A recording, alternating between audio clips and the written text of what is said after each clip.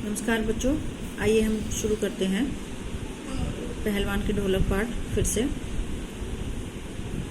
कल हमने पढ़ा था कि लुट्टन पहलवान जो है वो श्यामनगर मेले में जाता है और वहाँ दंगल में शेर के बच्चे का टाइटल प्राप्त करने वाले चांद सिंह की जो चुनौती है उसको स्वीकार कर लेता है।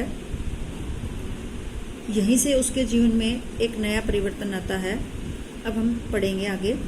श्यामनगर के दंगल और शिकार प्रिय वृद्ध राजा साहब उसे दरबार में रखने की बात सोच ही रहे थे कि लुट्टन ने शेर के बच्चे को चुनौती दे दी कि श्यामनगर के जो वृद्ध राजा थे वो जो है दंगल और शिकार के शौकीन थे।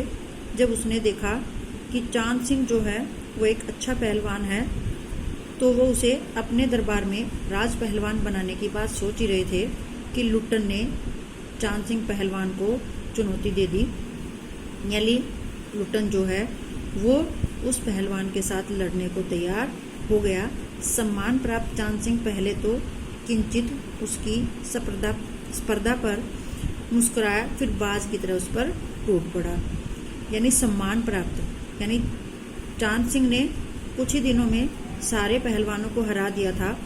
अब थोड़ा सा वो हिचकिचाता है कि कोई छोटा मोटा सा पहलवान उसको किस प्रकार से चुनौती दे सकता है, लेकिन उसके बाद वो फिर उस पर बाज की तरह टूट पड़ता है।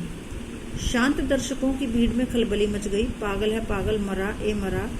पर वाह रे बहादुर, लुट्टन बड़ी सफाई से आक्रमण को संभाल कर निकल कर उठ खड़ा हुआ कि जब तक दर्शक जो हैं लुट्टन लड़ता नहीं है चांद सिंह से तब तक शांत रहते हैं, लेकिन जैसे ही लुट्टन जो है वो चांद सिंह की चुनौती को स्वीकार कर उसे लड़ने के लिए तैयार हो जाता है तो दर्शकों की जो भीड़ थी उसमें एकदम से उत्साह सा छा जाता है। उत्साह भी था, साथ में परेशानी भी थी, खलबली, क्योंकि वो सोच रहे थे कि शायद लुट्टन इसको ना हरा सके या लुट्टन इस दंगल में जो है ना बच सके।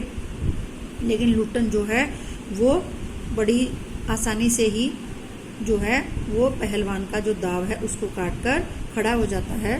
राजा साहब ने कुश्ती बंद करवाकर लुट्टन को अपने पास बुलाया और समझाया कि राजा साहब भी इस कुश्ती को देख रहे थे।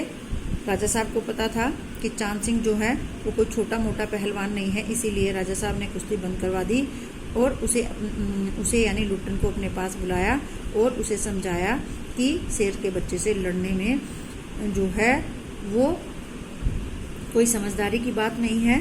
अंत में उसकी हिम्मत और प्रशंसा करते हुए 10 रुपये का नोट देकर कहने लगे, जाओ मेला देखकर घर जाओ। और आखिर में वो उसकी हिम्मत बढ़ाने के लिए उसे इनाम स्वरूप 10 रुपये का नोट देते हैं और उसे दंगल लड़ने से मना कर देते हैं। नहीं सरकार, लड़ेंगे, हुक्म हो सरकार। लेकिन लुट्टन इस बात को नहीं मानता और वो जो है राजा से आज्ञा चाहता है चांद सिंह के बच्चे से लड़ने की। तुम पागल हो जाओ, मैनेजर साहब को लेकर सिपाहियों तक ने धमकाया। देह में गोश्त नहीं, लड़ने चला है शेर के बच्चे से। सरकार इतना समझा रहे हैं। जो राजा के मैनेजर थे और सिपाही थे यानी सब लोगों ने लुट्टन को समझाया कि शरीर में इतनी बल, इतनी शक्ति, इतनी ताकत नहीं है कि तुम शेर से बच्चे से लड़ सको, इसलिए तुम अपने घर चले जाओ। दुहाई सरकार, पत्थर पर माथा पटक कर मर जाऊंगा। मिले हुक्म, वह हाथ जोड़कर गिड़गिड़ाता रहा, लेकिन बार बार वो राजा साहब से प्रार्थना करता है, विनय करता है कि मैं पहलवान से लड़ूंगा। यदि मुझे इस पहलवान से लड़ने नहीं दिया गया तो मैं अपनी जान दे दूंगा, इसीलिए मुझे लड़ने के लिए आज्ञा दीजिए। वह हाथ जोड़कर बार बार राजा साहब के सामने गिड़गिड़ाकर प्रार्थना कर रहा था। भीड़ अधीर हो रही थी, बाजे बंद हो गए थे। पंजाबी पहलवानों की जयामत क्रोध से पागल होकर लुट्टन पर गालियों की बौछार कर रही थी। दर्शकों की मंडली उत्तेजित हो रही थी। कोई कोई लुट्टन के पक्ष में चिल्ला उठता था, उसे लड़ने दिया जाए। जो लोग थे वहाँ दंगल देखने वाले वो अधीर हो रहे थे, यानी बेचैन हो रहे थे। बाजे गाजे सब बंद हो गए थे। पंजाबी पहलवान जो है वो लुट्टन की इस बात से गुस्सा थे, क्रोधित थे। वो उसे क्रोधित होकर गालियां दे रहे थे कि उसने जो है शेर के बच्चे को यानी चांद सिंह को चुनौती दी है, इससे वो दुखी हो गए थे। दर्शकों की एक मंडली यानी दर्शकों का एक जो मंडली थी, दर्शकों की मंडली या कुछ दर्शक जो हैं वो उनमें एक उत्साह था, एक जोश था, वो जो है लुट्टन के पक्ष में थे और कह रहे थे, राजा सिंह से प्रार्थना कर रहे थे कि उसे चांद सिंह से लड़ने दिया जाए। अकेला चांद सिंह मैदान में खड़ा व्यर्थ मुस्कुराने की चेष्टा कर रहा था। पहली ही पकड़ में उसने अपने प्रतिद्वंदी की शक्ति का अंदाजा उसे मिल गया था। यानी जो है चांद सिंह जो है वो व्यर्थ यानी नकली हंसी हंसने की जो है वो चेष्टा कर रहा था, यानी नकली हंसी हंस रहा था। उसे पता चल गया था कि जो है लुट्टन सिंह जो है यानी उसका प्रतिद्वंदी जो है यानी उसका जो कॉम्पिटिटर है वो भी शक्ति में उससे कम नहीं है। विवश होकर राजा साहब ने आज्ञा दे दी, लड़ने दो। बाजे बजने लगे, दर्शकों ने फिर उत्तेजना फैली, कोलाहल बढ़ गया। मेले के दुकानदार दुकान बंद करके दौड़े। चांद सिंह की कुश्ती हो रही है। अब जब लुट्टन सिंह बार बार राजा साहब से प्रार्थना करता है तो राजा साहब उसे लड़ने की अनुमति दे देते हैं और बाजे गाजे बजने लग जाते हैं। दर्शकों में एक उत्साह बढ़ जाता है, कोलाहल जो है यानी भीड़ जो बढ़ जाती है। दुकानदार भी अपनी दुकान बंद करके जो है चांद सिंह और लुट्टन की कुश्ती देखने आ जाते हैं।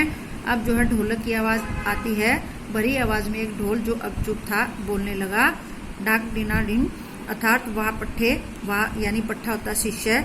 लुट्टन को चांद ने कसकर दबा लिया था।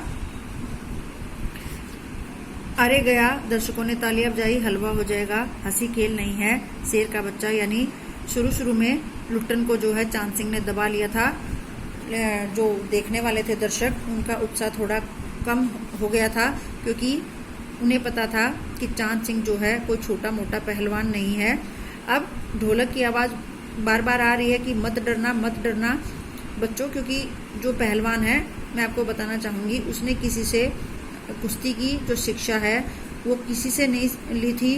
वो सिर्फ अपने जो ढोल है, अपना जो ढोल है उसी को अपना गुरु मानता था और उसी की आवाज से, उससे जो आवाज निकलती थी उसी से वो मानो शिक्षा प्राप्त करता था, उसी से वो दाव काटता था। लुट्टन की गर्दन पर केहूनी डालकर चांद सिंह चित्त करने की कोशिश कर रहा था। यानी जो पहलवान था चांद सिंह वो लुट्टन की गर्दन पर अपनी कोहनी लगाकर मारो उसे चित्त करने की, उसे हराने की कोशिश कर रहा था। वही दफनादे बहादुर बादल सिंह अपने शिष्य को उत्साहित कर रहा था, तो दूसरी तरफ जो चांद सिंह का गुरु था वो भी अपने शिष्य का उत्साह बढ़ा रहा था। लुट्टन की आंखें बाहर निकल रही थी, उसकी छाती फटने को हो रही थी। राजमत बहुमत चांद के पक्ष में था। अब जब चांद सिंह ने लुट्टन को दबा रखा था तो लुट्टन जो है वो दाव नहीं काट पा रहा था और सभी जो है वो चांद सिंह के पक्ष में था कि जीत तो आखिर में चांद सिंह की होनी है। सभी चांद को शाबाशी दे रहे थे। लुट्टन के पक्ष में सिर्फ ढोल की आवाज थी जिसकी ताल पर वह अपनी शक्ति और दाव पेच की परीक्षा ले रहा था, अपनी हिम्मत को बढ़ा रहा था। अचानक ढोल की एक पतली आवाज सुनाई दी, यानी लुट्टन के पक्ष में कोई नहीं था, केवल उसका ढोल था। वो अपने ढोल की आवाज से ही, उसके शब्दों से ही वो अपने जो है वो दाव पेच लड़ा रहा था। अपने ढोल की आवाज से ही जो पहलवान है उसके दाव को काटने की कोशिश कर रहा था। आज हम इतना ही पढ़ेंगे, बाकी कल